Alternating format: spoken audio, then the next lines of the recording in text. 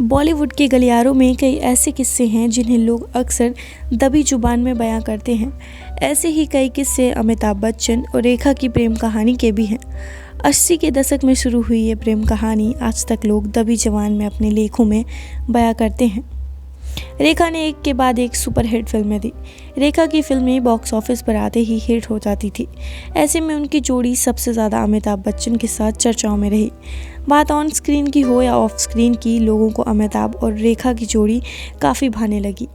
ऐसे में on screen धमाल मचाने वाली जोड़ी ऑफ स्क्रीन भी अक्सर एक साथ नजर आने लगी। एक साथ दिखने के कारण खबरों में रेखा और अमिताभ को लेकर कई किस्से और चर्चाएं भी हुई।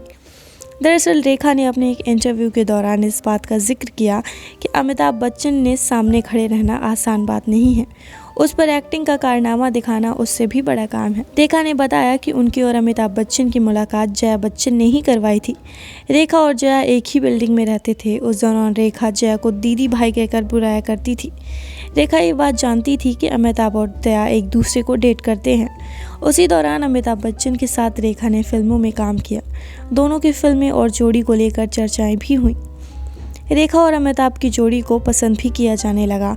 उसी दौरान जया और अमिताभ की शादी हो गई। ऐसे में खबरों में अमिताभ और रेखा के इश्क के चर्चे सुनकर जया अक्सर परेशान होती थी।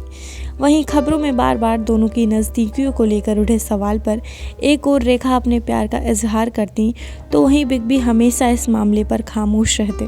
जया बहुत ही खामोशी के साथ इन मुद्दों को हैंडल करती और बातों को दूसरा रुख देती। रेखा ने इस दौरान एक वाक़ये का भी जिक्र किया। वह वक्त था जब नीतू सिंह और ऋषि कपूर की शादी का, जहां अमिताभ बच्चन अपनी पत्नी जया के साथ पहुंचे।